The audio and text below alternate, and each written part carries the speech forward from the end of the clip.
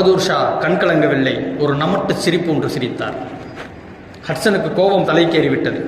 உன்னோட 2 பிள்ளைகளுடைய தலையை வெட்டி உன் முன்னாடி வச்சிருக்கேன், நீ அழுவ மாட்டியா அப்படின்னு கேட்கிறார். அதற்கு பகதூர் ஷா சொன்னார், வீரன்கள் எப்போதும் எதிரிகளுக்கு முன்னாக அழுவதில்லை. வீரன்கள் எப்போதும் எதிரிகளுக்கு முன்னால் அழுவதில்லை. இப்போது நான் அழுதால் நீ வெற்றி அடைந்து விட்டதாக நீ நினைப்பாய். கற்பனையில் கூட உனக்கு வெற்றி என்கிற விடயத்தை, வெற்றி என்கிற உணர்வை நான் கொடுக்க மாட்டேன். நான் தனிமையில் அழுது கொள்ளுவேன்.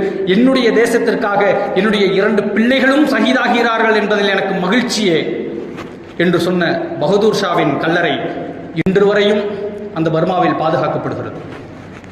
இந்திய தேசத்திலிருந்து பயணப்படுகிற எந்த பிரைம் மினிஸ்டராக இருந்தாலும் சரி, ஏன் சமீபத்தில் சென்ற நமது பிரதமர் மோடி அவர்கள் கூட பர்மா மண்ணை மிதித்தால் அந்த பகதூர் ஷாவின் கல்லறையை மரியாதை செலுத்தாமல் மீண்டு வரமாட்டார்கள்.